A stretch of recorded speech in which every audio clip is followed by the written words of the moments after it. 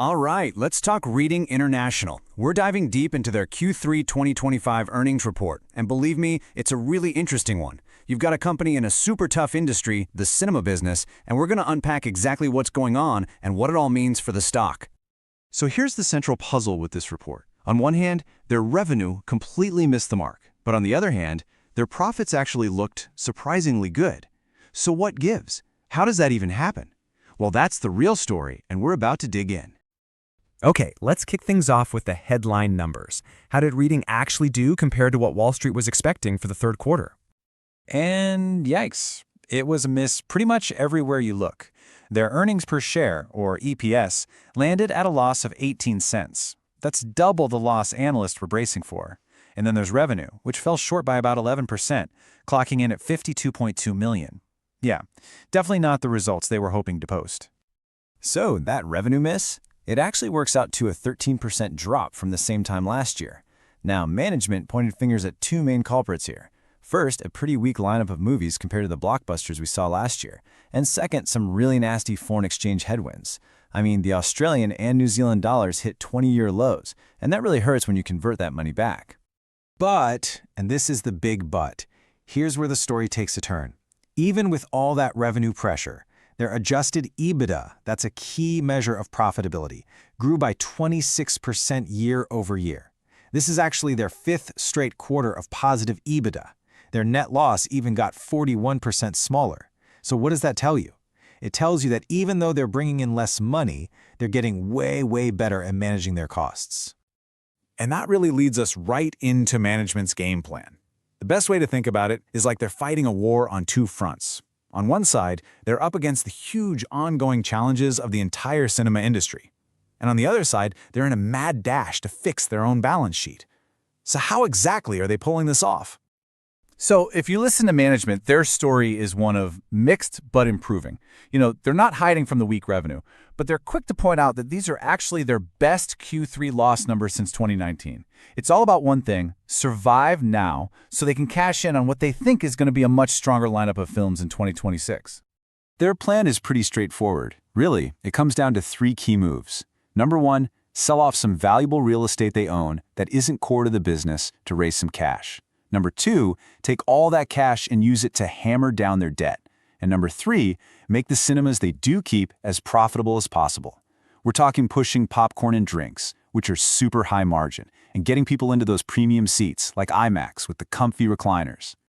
And you know what? It looks like it's working, at least on the debt side. They've already slashed their global debt by about 15% just this year.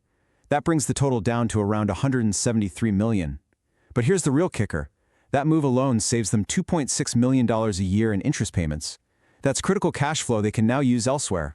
And it was all paid for by selling off properties down in New Zealand and Australia. When you look at where their money is going, the priority is crystal clear. The lion's share is going straight to paying down debt. Only a smaller slice is being reinvested into sprucing up the cinemas.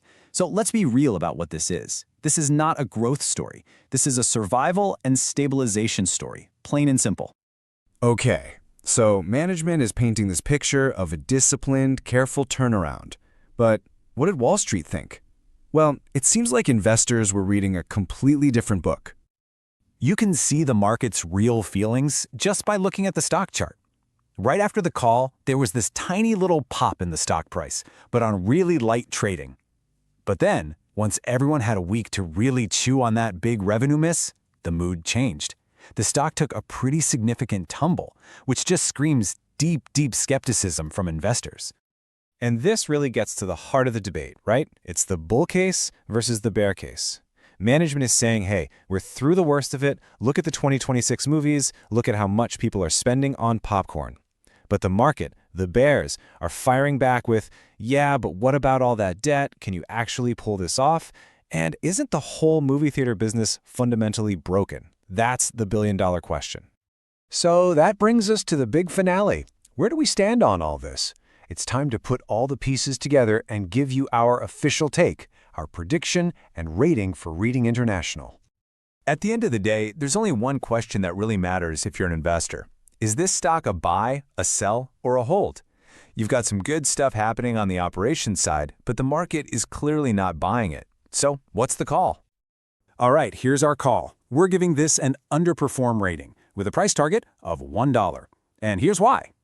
Look, we think management is absolutely doing the right things by tackling the debt. That's smart.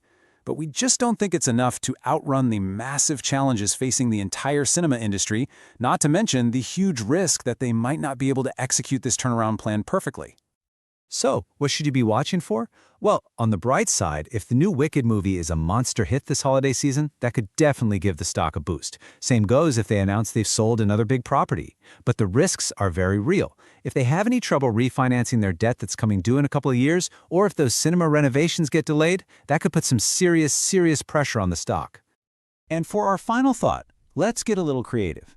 For those of you who like more advanced strategies, there's a pretty interesting trade idea here that's all about playing the different parts of the company's capital structure against each other. Okay, here's the play. You'd consider buying the company's secured bonds, while at the same time shorting the stock. So why would you do that? Well, the thinking is that the company's real estate portfolio is so valuable that it acts as a safety net for the bondholders. They're very likely to get their money back. But the stockholders, they're the ones left holding the bag if the business struggles, if the debt is too much, or if the turnaround stalls. It's basically a bet that the bonds are safe, but the stock could still have a long way down to go. And of course, we have to say it, this is not financial advice. Everything we've talked about today is purely for informational and educational purposes. You've always got to do your own homework and talk to a professional. Thanks for tuning in.